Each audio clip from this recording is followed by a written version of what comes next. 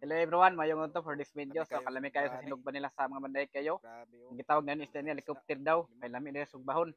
Ang katignos daw sa unod ani na sinugba. Nao ang nagsugbay si Kano taga Mabuat nakagwapo sa diri sa pork size. So naa siya mga nagsugbay bali-bali og sa isda na helicopter daw ang tawag ani. So kalami kayo yung sugba ni tignos kayo ang unod bantok ra. Lami ni kayo mga kalos labot sa gulan og mga tuyo suka, mga lamas. Lami ni kayo.